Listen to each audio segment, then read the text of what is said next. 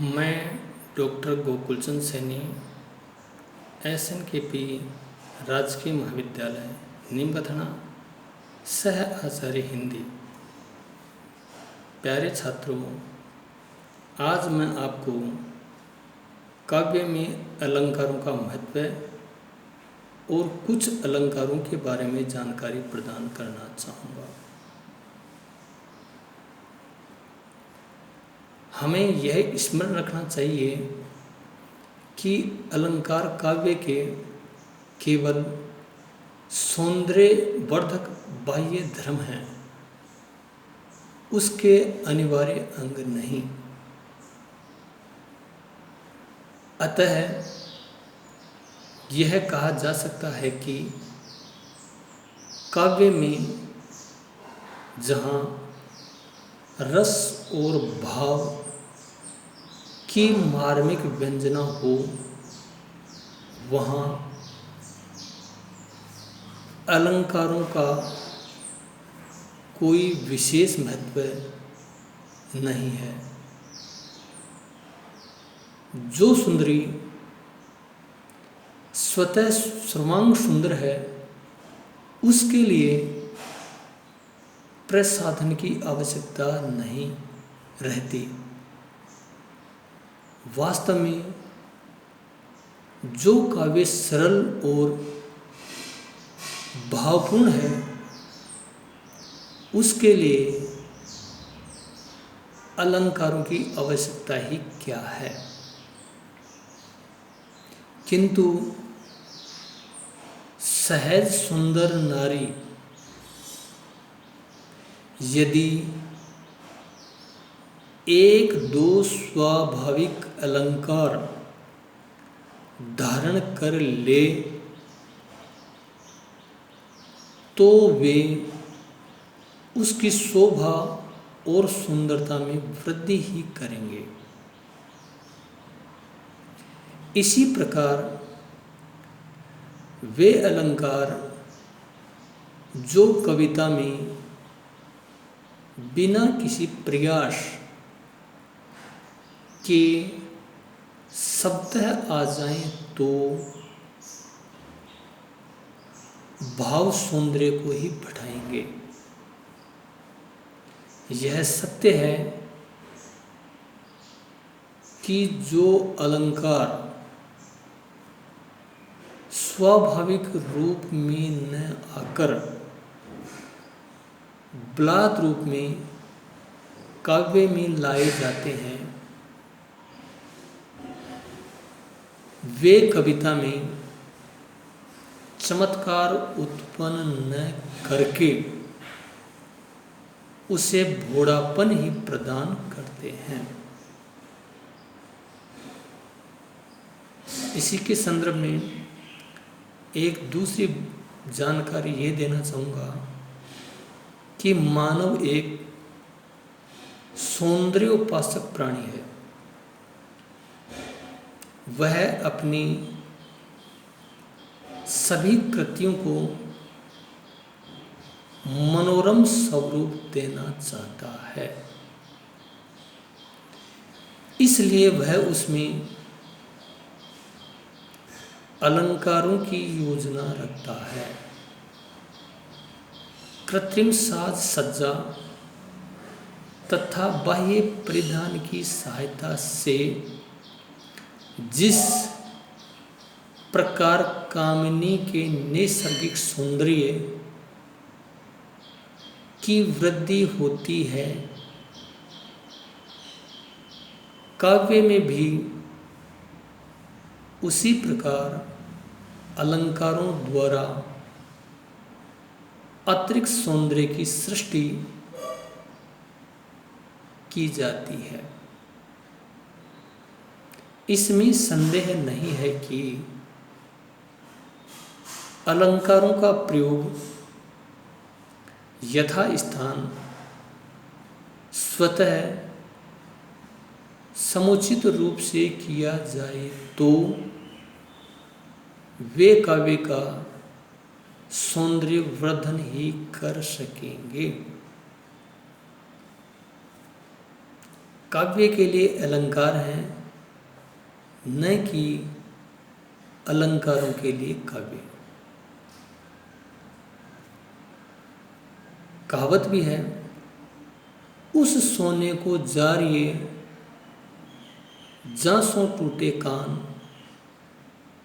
वाली कहावत के अनुसार वे अलंकार किस काम के जो अर्थ प्रतीति में बाधक बनते हों और भाव सौंदर्य को नष्ट करते हों। वास्तव में अलंकारों को भावों का दास बनाना चाहिए। अलंकार रस और भावों के अनुकूल प्रयुक्त होकर ही उत्कर्ष बढ़ाने में सहायक सिद्ध हो सकते हैं।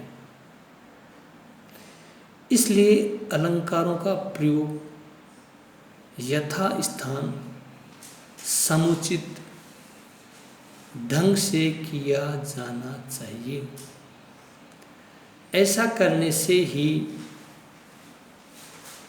भावाभिव्यक्ति एवं प्रभाव प्रदर्शन में सहायक रसानुभूति को तीव्र व गहन बना सकते हैं।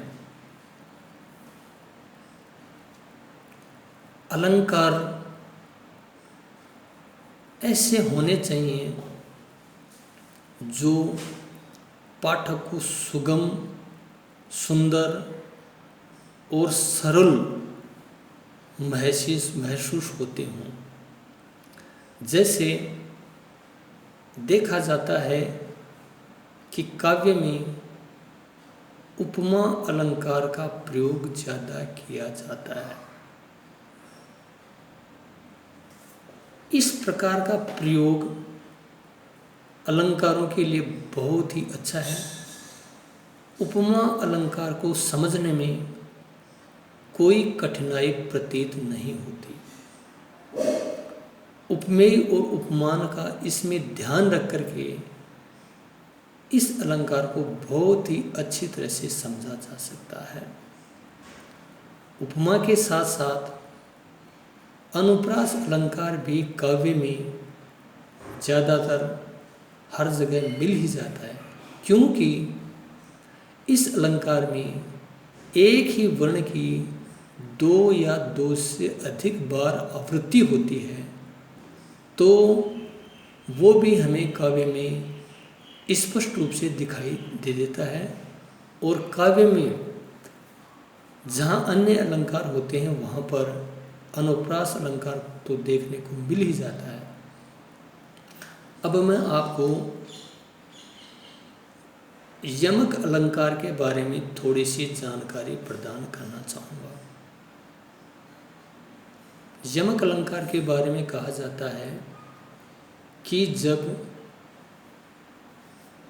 भिन्न भिन्न अर्थ को प्रकट करने वाले समान शब्दों की क्रमशः आवृत्ति होने पर यमक अलंकार होता है।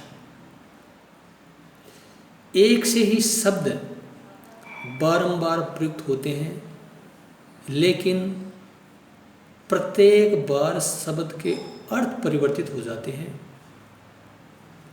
शब्द एक स्थान पर सार्थक और दूसरे स्थान पर निरर्थक अथवा दोनों स्थानों पर सार्थक और निरर्थक भी हो सकते हैं। जैसे उदाहरण के तौर पर देखा जा सकता है, उर्वशी मेरे हृदय की, उर्वशी तुम पर निछावर, ज्वार जीवन में उठा दो रूप दर्शन मुस्कुरा कर। इस पंक्ति में उर्वशी शब्द की 2 बार आवृत्ति हुई है। प्रथम उर्वशी का मतलब हृदय में बसी हुई तथा दूसरी उर्वशी का अर्थ अप्सरा के रूप में लिया जाता है। तो इसमें प्रत्येक शब्द का अर्थ परिवर्तन हुआ है। तो ऐसे हम यमक अलंकार को समझ सकते हैं। इस अलंकार का एक दूसरा अर्थ इस रूप में भी देखा जा सकता है, कनक कनकते सोगुनी मादकता अधिकाय, वा खाए बोराय नर वा पाए बोराय।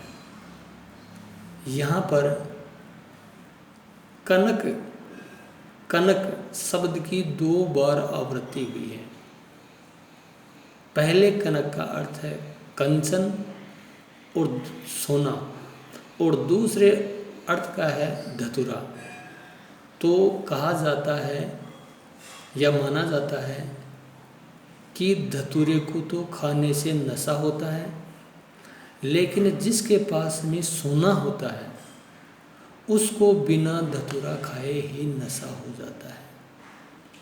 तो यमक अलंकार को अच्छी तरह से समझने के लिए इसमें शब्दों को देख लिया जाता है कि 2 या 2 से अधिक बार शब्द आए हों और प्रत्येक बार उन शब्दों का अर्थ चेंज हुआ हो, परिवर्तन हुआ हो, तो वो यमक अलंकार होता है। बिहारी के दोहों में कई जगह यानी यह अलंकार देखने को मिलता है। इस अलंकार से बिहारी ने अपनी सत्सई की शोभा कई गुना बढ़ाई है, और ऐसे अलंकारों का प्रयोग बिहारी के अलावा अन्य रीतिकाल के कवि ने भी अपनाया है, जो अलंकारों की दृष्टि से यमक और कई अलंकार बड़े ही महत्वपूर्ण हैं। आज के इस व्याख्यान में मैं आपको इतनी ही जानकारी प्रदान करना चाहूँगा। धन्यवाद।